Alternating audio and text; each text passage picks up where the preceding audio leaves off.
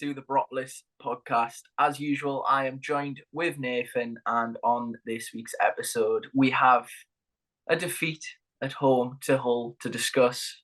But on a lighter note, we do have a win away at Swansea to discuss as well. Obviously, as the continuation of all these problems rolls on, we'll also talk about an update from Michael Carrick, finally, on some of the injured players. And also, we've got the small matter of a Carabao Cup quarter final to look forward to, and then straight back into championship action on Saturday, Nathan. Everything's coming thick and fast at the moment. And if you'd have asked me after Tuesday night, or Wednesday night rather, if it was an enjoyable period to be a Middlesbrough fan, I would have said absolutely not. But like any other football fan in the country, one win has just changed my outlook on everything, and I firmly believe we are back, Nathan. After quite the long intro, I probably should ask, how are you? And I'm asking you how you are now, rather than how you were feeling after Wednesday's game.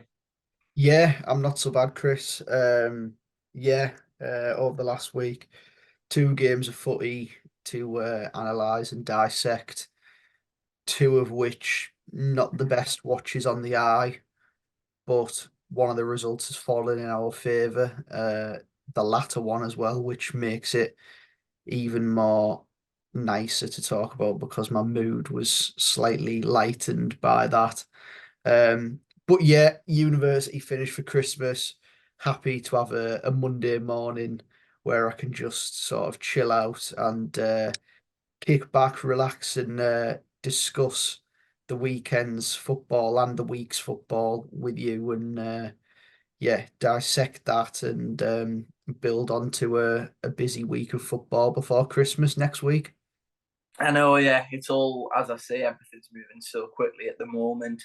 The days are going by, the games are going by really thick and fast, as I said. So, yeah, let's not waste any time. We'll get into, as I said last week, the recurring theme at the top of every show, the injury list. Thankfully, Nathan, I mean, I guess this is another reason to be positive.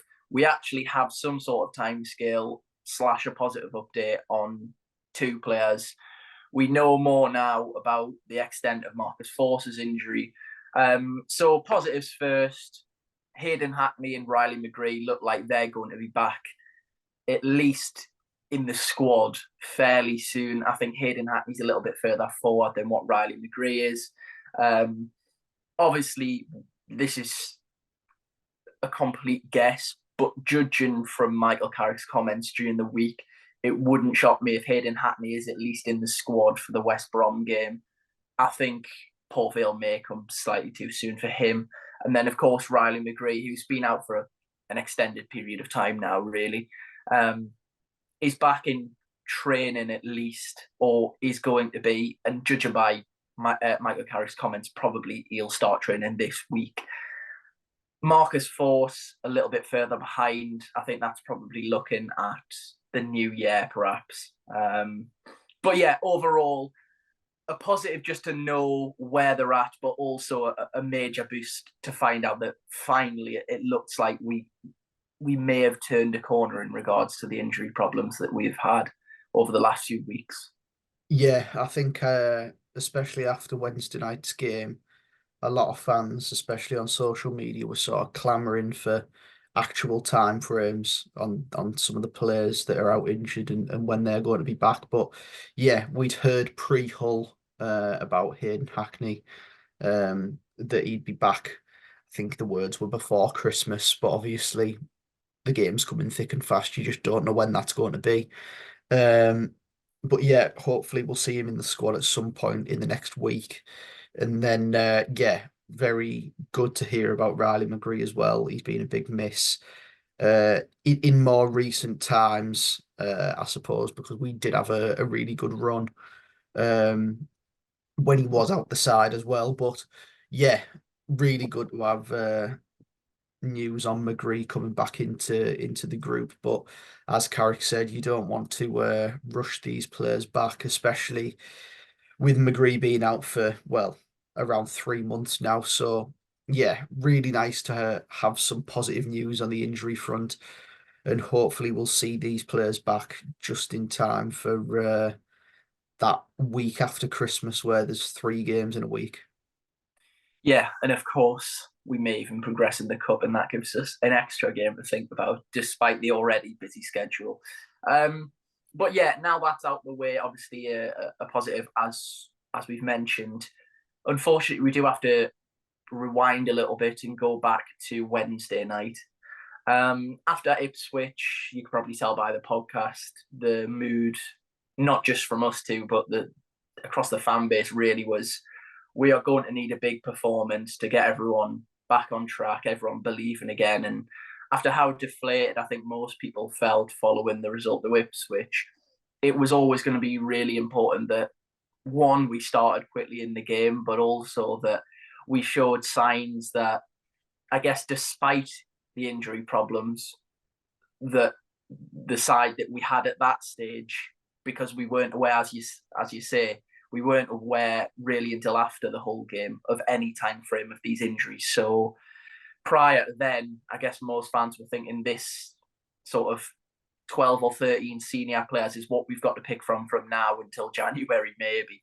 And actually, we did start fairly quickly. Unfortunately, following a relatively quick start, it kind of just, well, it didn't really flip on its head. It just didn't really kick into second gear. We just got the first and then decided that we were going to sit back. Just didn't do a whole lot, did we, at Well, yeah, all, from yeah. from, I think from that's getting probably that? the best way of putting it without being really uncalled for. Yeah, I mean, yeah, you score that goal. Pretty good work down the left-hand side, actually. Engel overlaps and yeah, puts the cross in, cuts it back.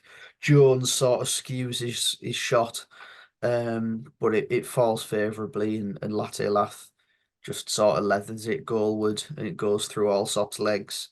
Um, and at that stage, you think, well, we've got off to a good start here. We've got an early goal.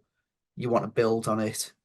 I think you should build on it. Jones gets put through, and I don't know how he hasn't hit the target, if I'm honest. I don't know if he's trying to like put it right in the top corner where you'd mark the tiniest little circle in the top corner, and he's trying to hit it in there, or whatever he's doing. But yeah, he's put it wide somehow, and from then on there was nothing really going on in the first half.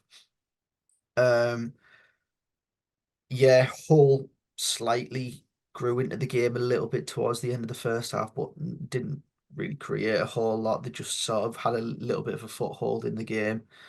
And then in the second half, Boro were just completely drab. They just, again, lacked any sort of intensity, lacked any sort of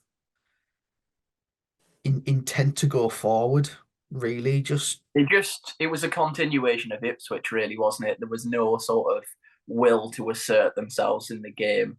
It almost felt like they were willing to take the lead and then just sit back and kind of, if they could retain possession or play a back pass or play a square pass, they were fairly happy to do so. Hull, in fairness, at that stage hadn't really created anything of note for Middlesbrough's team in general to sort of sit up and take notice of them. And that sort of continued really until Liam Rossini made a couple of changes, and it just spun the game on its head. And Middlesbrough didn't react to those changes. And unfortunately, Hull very much did kick themselves into gear. And yeah, were in the end probably got the deserved result, to be honest. yeah, I think the only thing that you could argue is they had 2 chances really, and they scored from the 2 chances that they had. I probably should sort of add that it wasn't so much that Hull made substitutions and outplayed us. It wasn't a case of that at all. It was more a case of Hull made the changes and were proactive. And yes, okay, we couldn't really make many changes off the bench, but Liam Rossini was proactive, and Middlesbrough did not wake up to that. And if you aren't willing to adapt and make changes and basically yourselves into life, even after conceding the equaliser, then you don't deserve to win the game. Yeah. Another goal that gets Hull the equaliser from a set piece, flicked on at the front post, and Delap is just got the whole of the Riverside at the back post to himself. Dan Barlasser loses Delap at the back post, and yeah, gets Hull back into the game. It felt like the game was only going to go one way from then on, really. There was little reaction from the Boro players on the pitch. Carrick on the bench, as you mentioned there, Rosenior being proactive. Carrick wasn't even reactive in this sense. Um, there was no changes to the way that we were playing. No, as I mentioned, intent to go and get yourself back into the lead. It was just, oh well, we've conceded. We'll just sort of just keep doing what we're doing, and hopefully it'll have different results. No, Dijksteel gets absolutely toasted down his side by Vinagre. Um, he puts a ball into the box, which it's an awful ball into the box. It goes straight to Barlasser. Barlasser, instead of just being able to sort of get it under and clear it, his first touch is shocking. Goes straight to a Hull player who just tees it off for Tufan, who comes off the bench and he buries it in the corner. Yeah, you can't necessarily complain about the result because it's what we deserved for just letting the rest of the game pass us by from probably minute 20. Um, yes, okay, we had a little bit of a chance at the end with a few shots being smashed in one after another in the last second of stoppage time, and Allsop making a couple of good saves. But yeah, it's we didn't deserve anything from the game. We performed incredibly poorly. The second game in a row where we just sort of accepted defeat, really. Just sort of accepted that we were beaten, and we weren't even beaten by better sides, really, in these That's two where all games. of the frustration comes from, because as we said in the Ipswich podcast, I don't think Ipswich played anywhere near probably the level that they have this season. And again, I'm always honest on this podcast. If Middlesbrough are bad, I'll say so. If the opposition are bad, I'll say so. If the opposition are brilliant, I'll also say so. But yeah, a little bit of credit is deserved because, as I say, they were proactive, they made changes. But in terms of Hull's first half display, and even second half, arguably, I mean, they've near enough sat in and around the playoffs for the majority of the season now. And if that's the level that we have to get to by the end of the season to ensure that we get into the playoffs, then I'd be really, really concerned if we don't reach that level when we have players back, because they did not impress. Okay, yes, they were missing arguably one of the form players in the league and their most dangerous asset in Philogene. But yeah, I mean, maybe they are a slight one-man team. Okay, yes, they come and got the result, but they didn't impress me at all. But saying that, Middlesbrough allowed a team that didn't really assert themselves in the game to get themselves a win. And I wouldn't even call it an undeserved win because they were efficient. They took their chances. But my goodness, it was just a frustrating one again, because it wasn't a case of a team comes to the Riverside, look phenomenal, and tear us apart. It was just a case of, well, we've kind of let this happen and we've let it unfold, and we haven't really done anything to change it. And there's been no sort of reaction. And even we talk about reaction and being proactive. When they equalised, it felt inevitable that we were going to go on and win the game. It wasn't a case of, right, Boro are going to wake up now and we're going to try and do something a little bit different. And yes, I don't want to keep on using it as an excuse, but in fairness, it is an excuse. But also, you can't just let these things happen.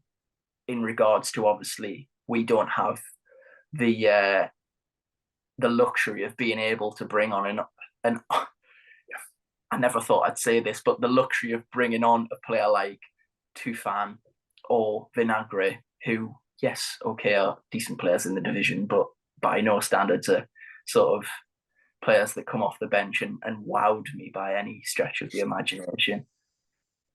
Yeah, it's one of them things, really. I mean, looking at the way that we can make changes, Engel for Bangura has been a change in recent weeks.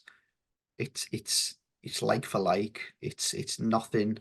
They're both very similar players. One of them doesn't offer something that the other doesn't. I And think the probably slight difference is Bangura's maybe is a little bit quicker, but possibly, but then you'd say that possibly Gel's probably Engel's probably a little bit better on the ball. I don't know, but either way, it's pretty like for like. But yeah, we don't have any game changes from the bench. Is sort of the way that it's best to be described.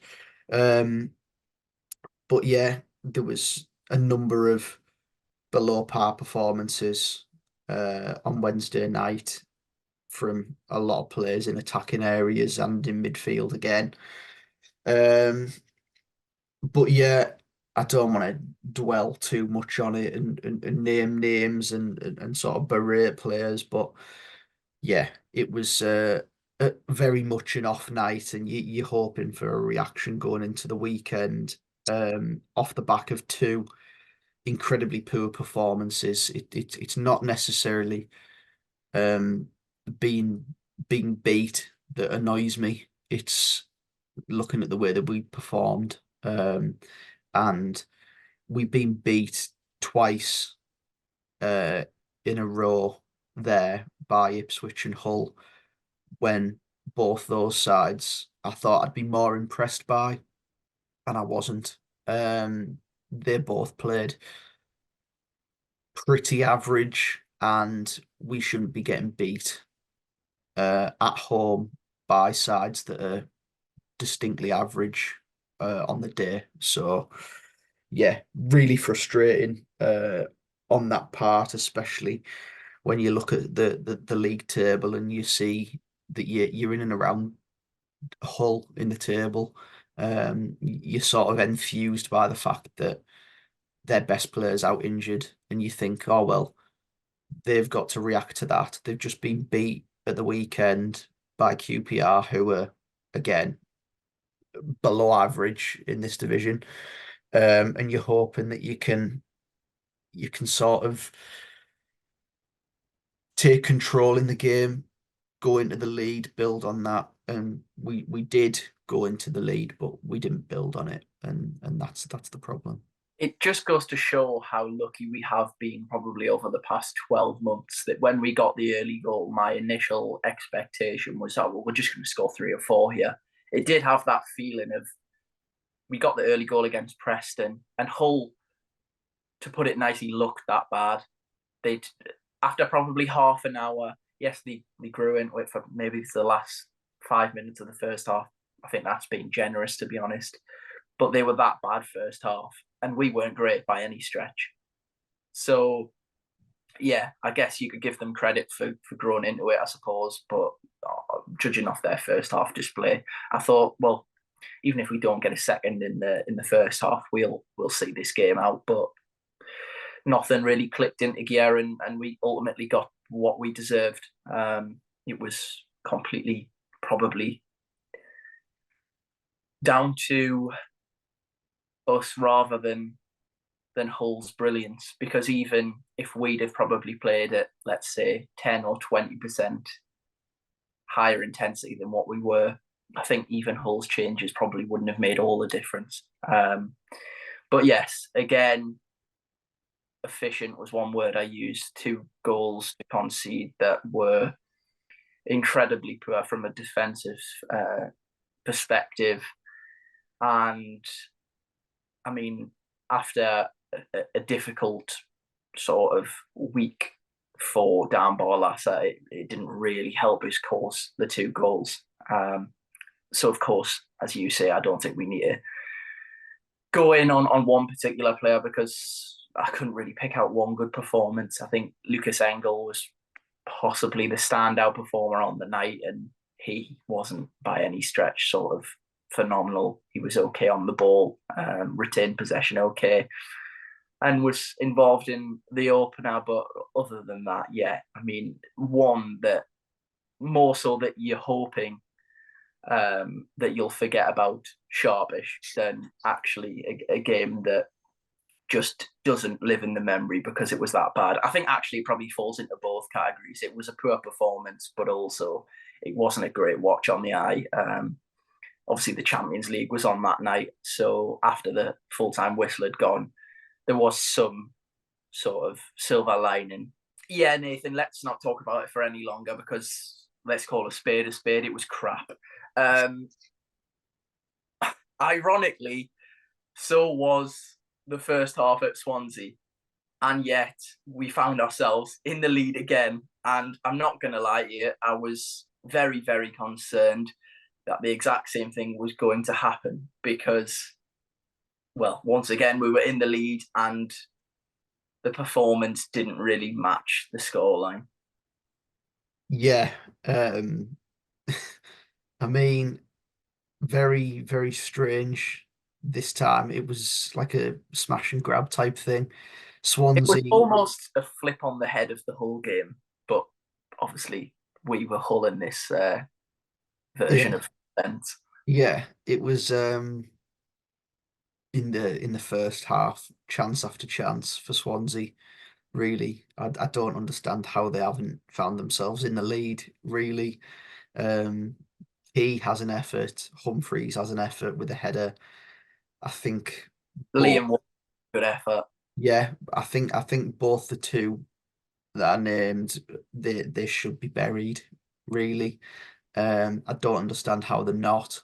Um, but look, Boro, the goal comes from us doing our thing, playing out, and look, Crooks has come into a lot of criticism in the last 2 games, especially, and it's been warranted, by the way, because he has been poor in those games. But yeah, he picks up the ball here, um, and plays a lovely reverse ball that takes, I think it is Humphreys, takes him out the game with that pass. Greenwood's through on goal, and it's a good finish with his weaker foot, just puts it in the far corner. And you get into half time and you think, well, we shouldn't really be in this position, but here we are. So let's try and build upon it, um, sort of limit them a little bit more than we have done in this first half, try and keep them out a little bit more than we have done. And we know that over the last few years, this Borough side will create chances in the game, and you've just got to trust in the forward players to be able to put chances away. And then you come out after the break, and you don't necessarily do as planned, and you concede relatively shortly after the break. And I know for a fact that me and you were thinking that this is just going to be another one of them afternoons, Chris, where Borough are in the lead in a game and the game gets turned on its head and you come away with nothing. Yeah, it's exactly that. And especially, I mean, we'll go into it after we discuss the result and the performance. But given, I guess, I'm hesitant to call it this, but by standings, somewhat of a false narrative in regards to our home form being better than our away form. And the false narrative is the fact that, we are really sort of can be trusted at home. We often do the job. We often play our best stuff at home, and away from home defensively, we're a bit of a joke, to be honest, and haven't really picked up an awful lot of points. But actually, if you go off home and away form tables throughout the season, our standing is higher away from home. So given that, this is something that I become aware of after full time. But before I was aware of this, I was firmly in the belief that, away from home, as you said, we were going to do a lot in a game and come away with nothing from it. And yeah, when they get the equaliser, again, just so many things to pick up from a defensive perspective. Comes down the left. Josh Timon has the whole of Wales to deliver his cross into the box. Jones is jogging back, and Dijksteel's slightly blocked off, but it's not a foul by any stretch of the imagination. For whatever reason, despite being arguably one of our best players on the day and doing a lot of good things, Rav Vandenberg steps up and just completely loses Jamal Lowe. Jamal Lowe, obviously, from probably in the end 5 or 6 yards out, free cross into the box, heads it into the back of the Boro net, and that levels the game. And at that stage, as you say, you just expect typical Boro, really. Yeah, again, just not a real intensity to the way we played. The goal didn't by any stretch sort of wake us up and kick us into gear. And Swansea, again, I don't want it to just sound like I come on this podcast every week and say that every team we play against is poor, but considering our inconsistent at best run of form over the last few weeks, the teams that I've seen us against just haven't impressed me. And yes, okay, Ipswich and Leicester are running away with the automatic promotion spots, and I don't think anyone's going to catch Leeds or Southampton either. But yet again, in performances and just looking at the league just in general, I just think it's so average this year. And I really didn't think that was going to be the case with the relegated sides. And obviously you can see the relegated sides sort of away from the pack almost. But I guess that's why I've been so frustrated over the last few podcasts, because yes, we've been unfortunate with injuries, but I look at some of these teams and I just think maybe it's complete bias and I'm just really deluded. But I think I've come to understand over the last few podcasts that's actually I just want to embrace it. I think we should be beating most teams in this league. I really do, Nathan. Yeah, And the I, haven't. I would agree with you. It's a funny league this year, which it's sort of split in it's the three parachute teams from the Premier League, as sort of your top four, and Ipswich, who have obviously sort of defied all expectations. Everyone expected them to be a side pretty much where we are at the minute, in and around that sort of top 10-ish at this stage. But obviously they've had a remarkable run of form, really well coached, and yeah, the thing that they've done is they've beat all the sides where you'd expect Boro to win these games. They beat Hull, they beat the sides that are in and around the pack where we are, really. Um, but I know it's sort of cliche that anyone can beat anyone, but that is sort of why the league is so tight, because you could have tossed a coin on Borough Hull last week on who could have won that game.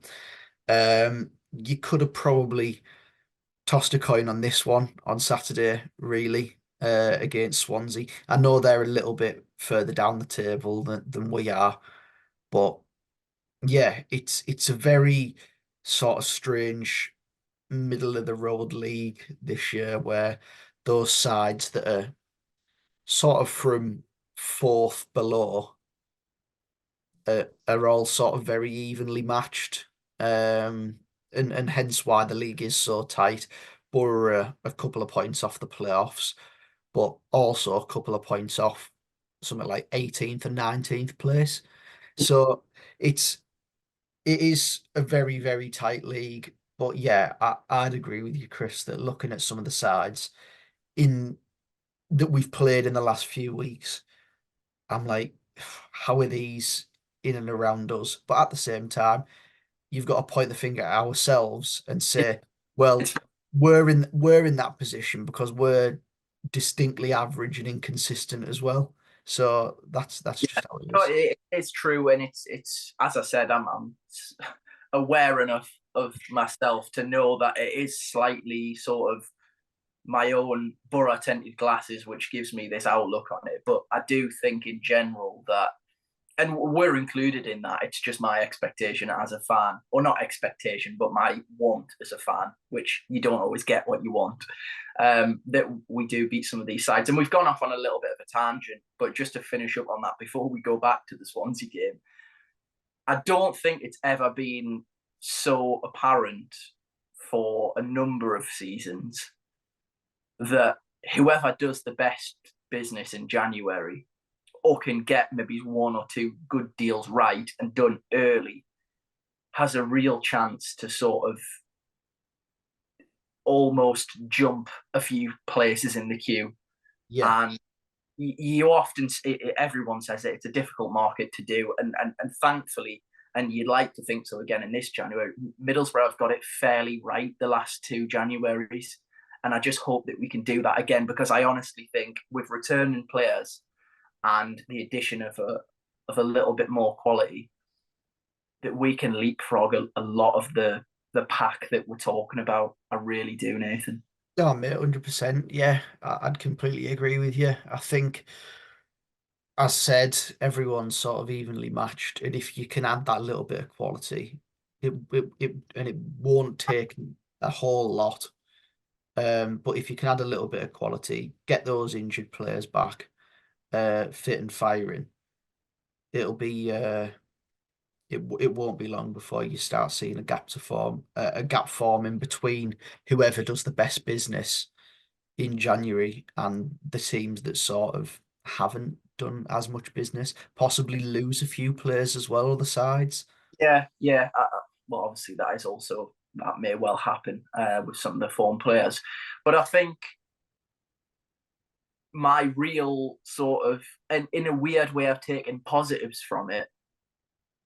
The fact that we're in and around the playoffs still, despite playing now probably a month, possibly even longer, with at times 10 senior starters out of the team, and we're still in and around that pack, just makes me think, yeah, okay, other teams are going to add in January and we're going to add as well. But when we get back to a level where we may only have two or three or maybe four injuries out, if we can maintain that level and not keep on picking up these horrible muscular injuries, and that could be a topic in itself, to be honest, because, we have been unfortunate, but also these injuries seem to be a lot of muscular ones, which is a concern from a sort of physiological standpoint. But yeah, I just think that our sort of team with no injuries is, in fact, I'm going to make a bold statement here, Nathan. I Go on. think I think we'd be on the tails. Maybe he's not of Leeds and Ipswich, but of Southampton and sorry, Leicester and Ipswich. We'd be on the tails of Leeds and Southampton right now if we hadn't, not even all of the injuries, just had probably half. I think we'd probably be um in and around that fifth place. We'd certainly be a couple of places higher. I mean, look, we've been missing our best player for nearly a month now in Hackney. And look, we pushed Leeds all the way up until a red card that sort of spoiled the game a little bit. Um, I think if you have Hackney in your game against Hull, you have that energy in midfield to drive you forward, give you a little bit of intensity in that game. You possibly kick on and get another goal. Sort of want to draw the line under the Ipswich one. I don't think he could have probably made as much of a difference in that one. But look, we've got a number of players that are going to come back into the fold. Riley McGree off that left hand side. Obviously, Hackney just mentioned Lewis O'Brien. I think Lewis O'Brien's going to be massive for us if he's placed in midfield. Um, Look, we said it when he signed. He was the best midfielder in the division the last time he played in the division. Um, and he's been really unfortunate in the way that things have panned out, that he played a couple of games shoehorned in at left back um, because of injuries prior to him being injured himself.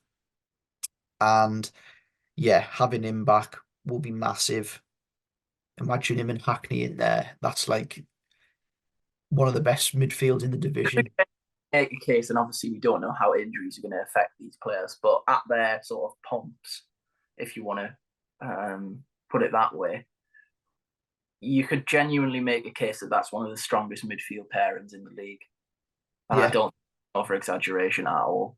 yeah, but yeah, it is all sort of if buts and maybes. But Yeah, yeah, uh, not we went off on a right tangent, and it is all if buts and maybes. I feel honestly a little bit better that that's just all being blurted out, and a lot of it was sort of just no science or stats behind it. It was more just my inbuilt Middlesbrough fan that thinks that we should win every game. I don't actually think that, but you know what I mean. And I've been holding it in for a few weeks because I hate coming across bitter, but I think apart from the two runaway teams, you could kind of throw Leeds and Southampton in there, but they're a little bit inconsistent. I do think the league's very, very average. And I yeah, just want the best for Middlesbrough, of course. But I'm gonna, as you say, draw the line under Ipswich, draw the line under that sort of diversion that we've just gone all the way, all over the place. We did actually win on Saturday, which we should be. It doesn't seem like it, but we should be a lot happier. And funnily enough, we win in one of the most hilarious ways you could possibly win a game. yeah. It's comical, isn't it? Really. And I don't understand what Rushworth is doing. Really, I really don't.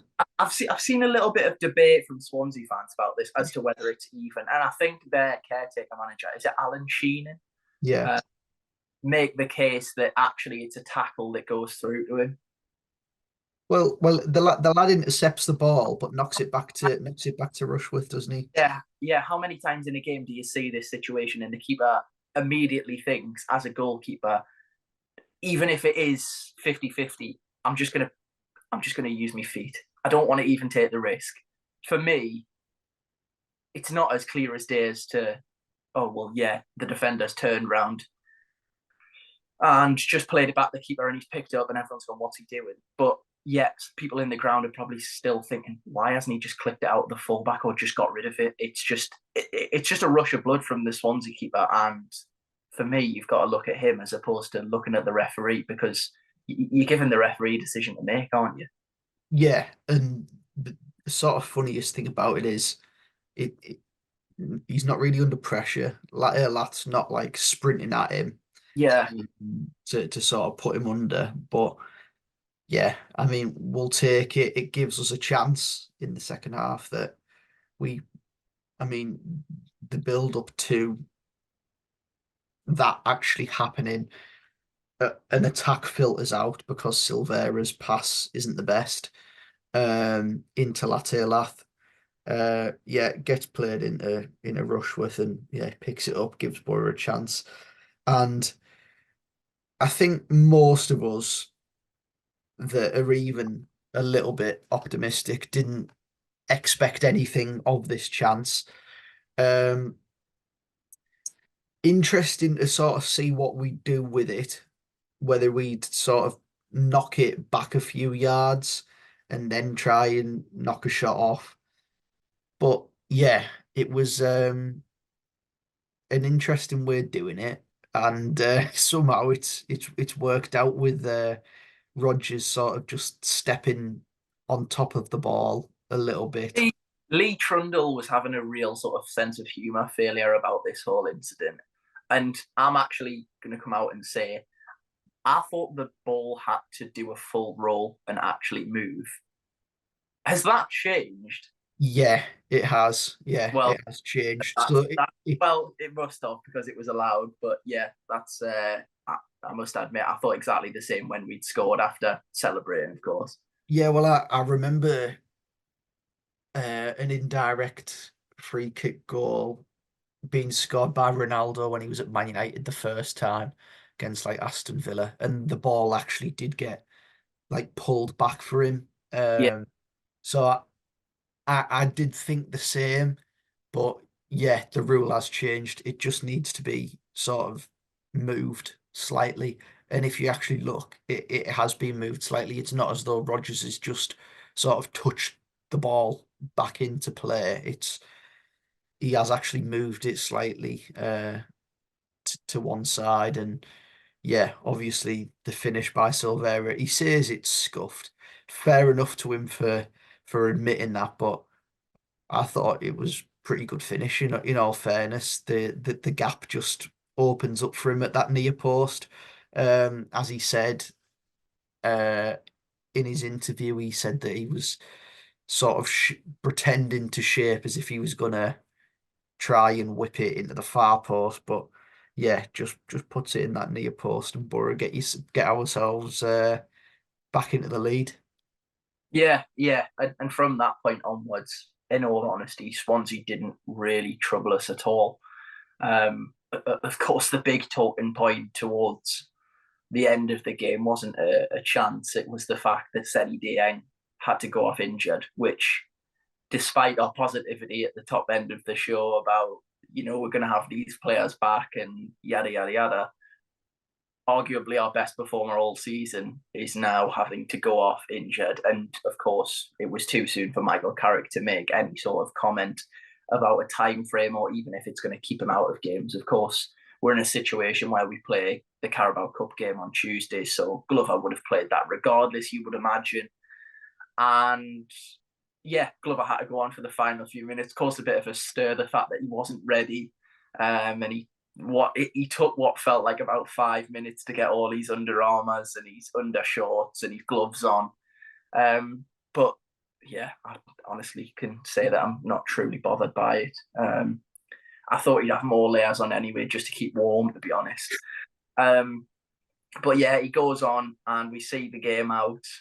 And yeah, it did feel, as we said earlier, a little bit like the reverse of Hull. I don't think we performed particularly well. I think we took our moments in the game. And sometimes those wins are the nicest. You enjoy them more because you don't really deserve them.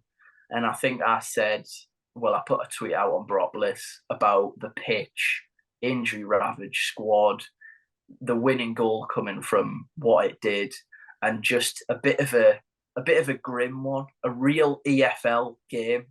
I mean, the pitch markings starting to actually be sort of reined away towards the back end of the game, and I must say as well, apart from the day where Rudy Gestede misses that absolute golden chance to pretty much seal our relegation a few years ago, the last however many times we've played at Swansea, it just seems to have been absolutely lashing it down every game. Yeah, it's we were just discussing this before, weren't we, that about grounds in the championship.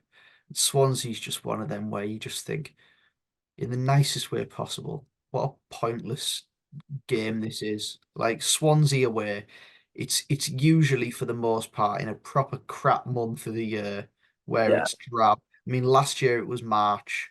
Um, for the most part, it seems like it's the week before Christmas, pretty much season upon season, which is just cack.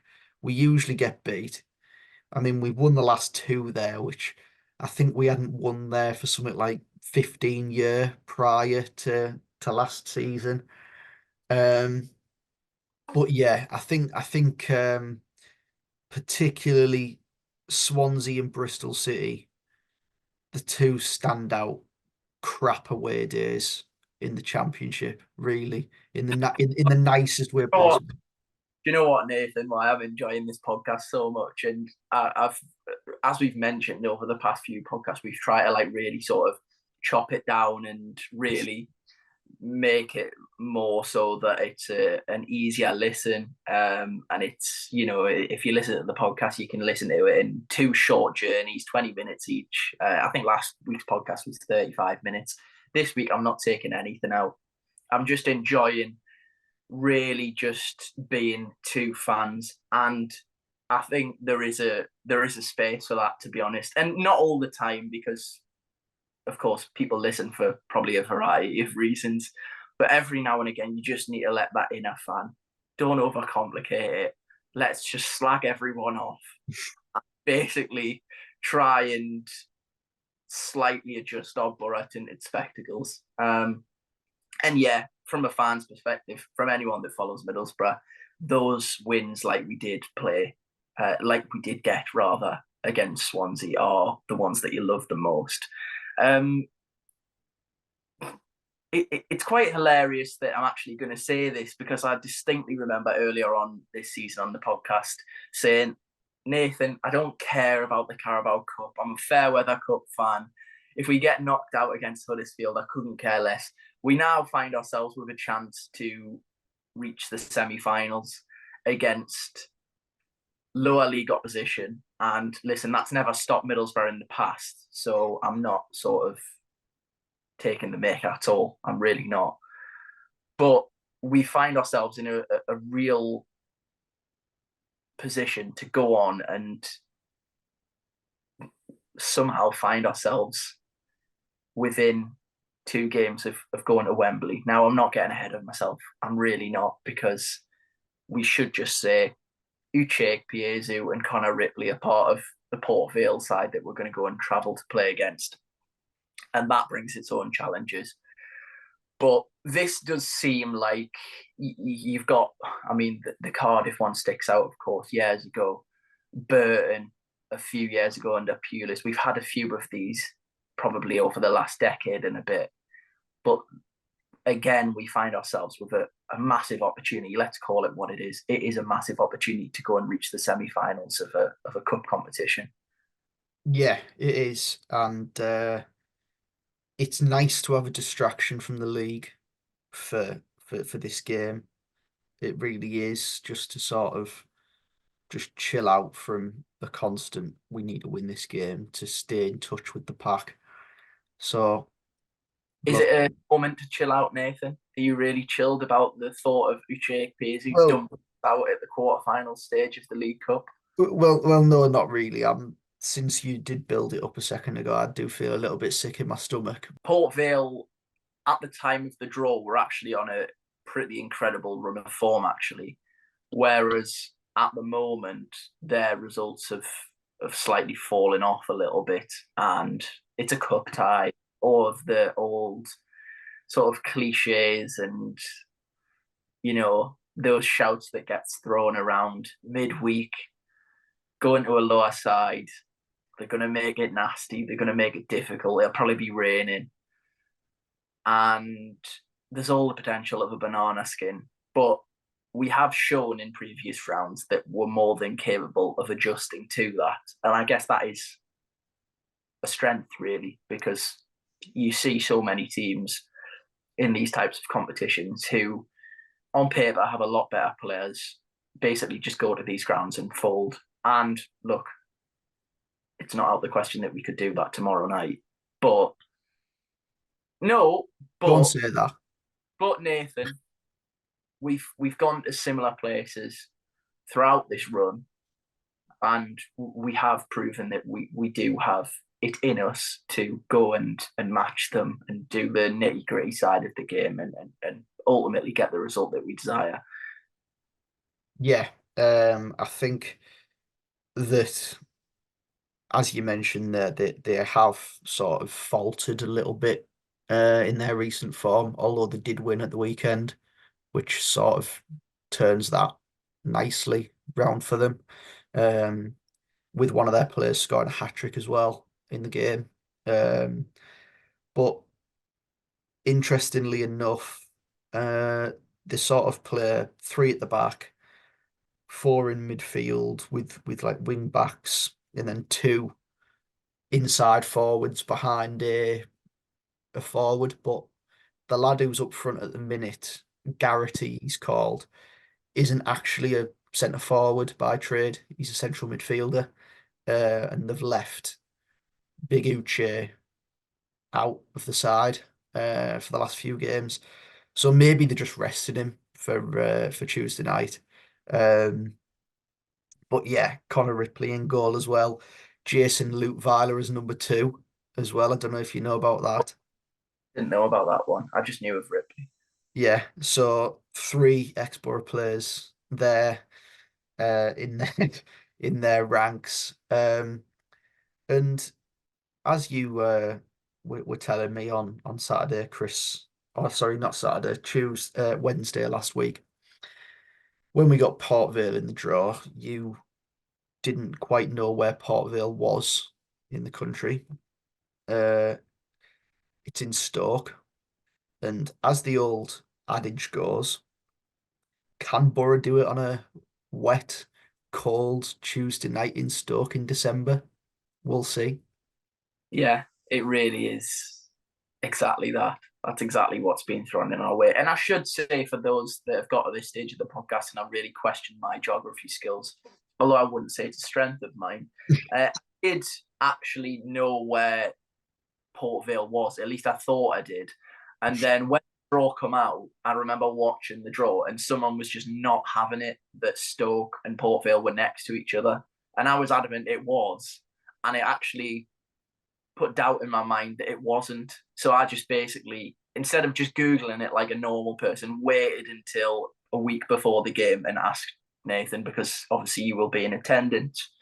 Another game that we will both be in attendance for following the Cup game is Saturday's game at the Riverside. West Brom come to town. The final game before everyone just fills themselves full of all the foods that you're told you shouldn't. And I mean, it's a wonderful time of year, isn't it? But yeah, before we all open our presents and have a load of turkey, West Brom are going to try and ruin our Christmas, Nathan.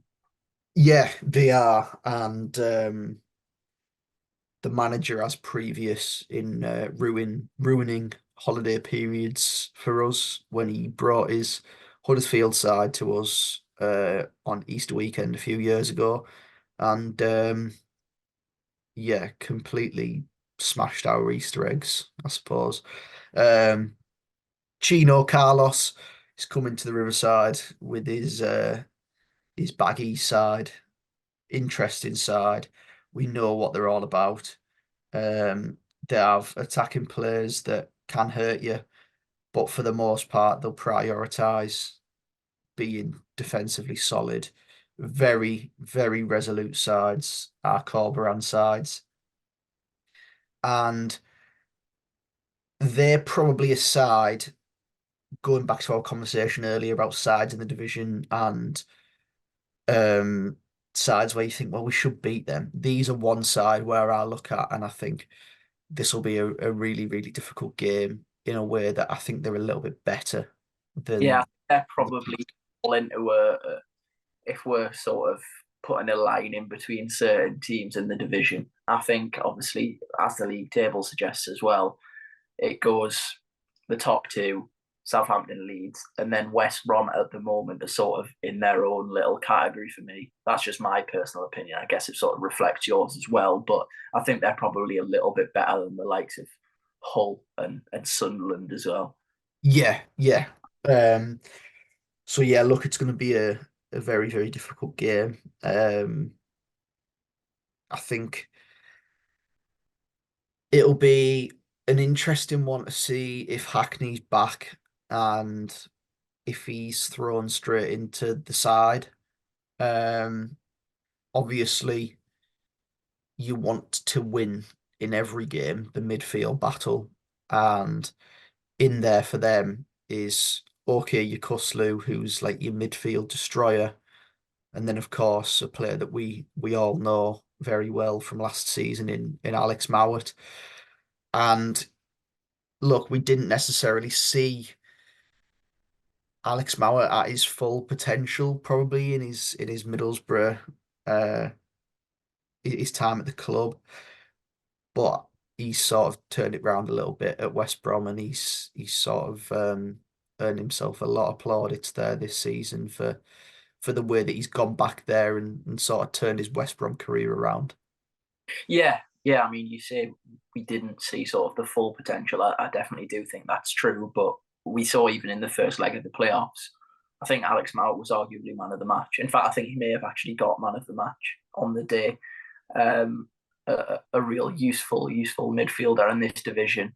And then, of course, West Brom, as you say, Carlos Corberán and his sides pride themselves on being hard to beat, but also will often have one or two players higher up the pitch, which almost get a little bit of a license to go and create and go and win their teams games, really. And West Brom probably have in fact, they definitely have a lot more than what that Huddersfield side had in terms of attacking threat. Of course, Sarmiento on loan from Brighton is a real tricky customer. Jed Wallace, I mean, throughout the years, everyone knows what a threat he is in the Championship, and especially against Middlesbrough. One of those players where I don't even know his goal record against Middlesbrough, but it just feels like he scores against us every time he plays against us. Grady Diangana, a few years ago, labelled as one of the best wingers in the division, probably hasn't quite hit the heights that he was expected to, but still a very, very good winger.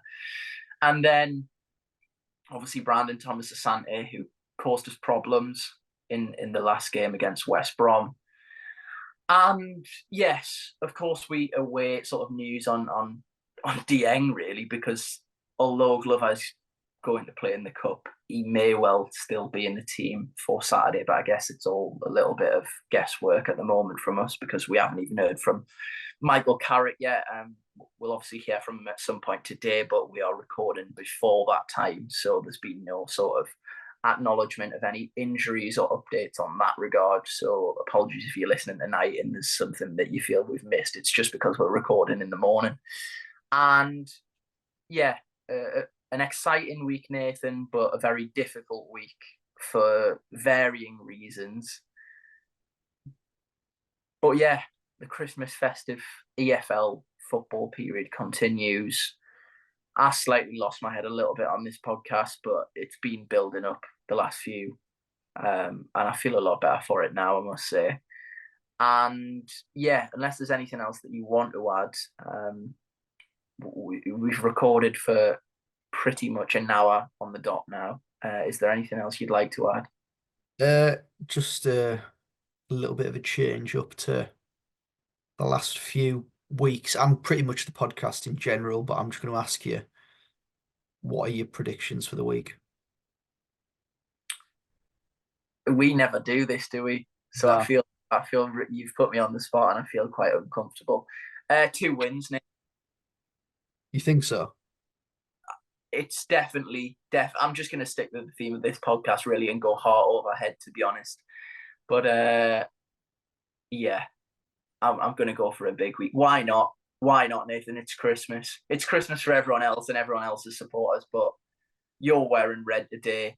Santa wears red. I think it's a clear sign that he is a Boro fan. So why not?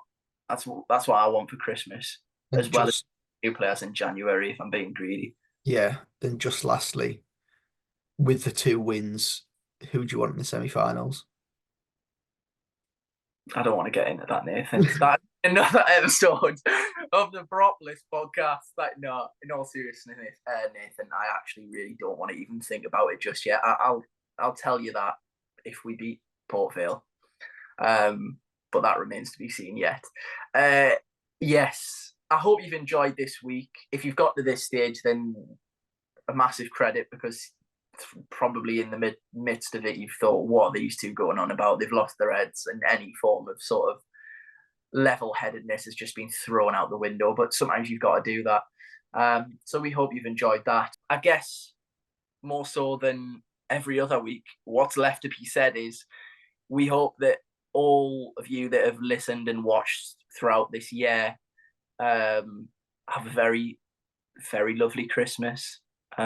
We all hope that, regardless of your age, you get everything you want, whether you're wishing for an advance in the cup or 3 points. We'd be delighted if that can happen. But anything that you're asking for on your Christmas lists, we'd like to think you've all been well behaved this year. You get everything that you want, and of course, we all know that Christmas is about the people that you spend it with. So yes, have a wonderful Christmas. That's my Christmas message. If you want to listen to this on Christmas Day, by all means do. Nathan, I'll let you give yours before we sign off and start thinking about the week to come. Yeah, let's just hope that the Boro do the business this week. 2 wins before Christmas that sets us up nicely for a fantastic day next Monday, and then tee us up nicely for a busy week ahead in the following week after that. Yeah. Well, as we say, Merry Christmas. We all hope you have a wonderful day and festive period up the Borough. And that's been another episode of the Boropolis podcast, and we will see you again. When will we do this again? Not ever, but I mean, in regards to, are we doing it on Christmas Eve? Yeah, Christmas Eve. We'll bang it on Christmas Do you know Eve. what? We might actually have a podcast being released on Christmas Day. Dear me. If that's not the biggest present from Boropolis, then I don't know what is. It's gonna go now. It's got out of hand, right? Thank you for watching. Thank you for listening. And we will see you again sometime in the near future.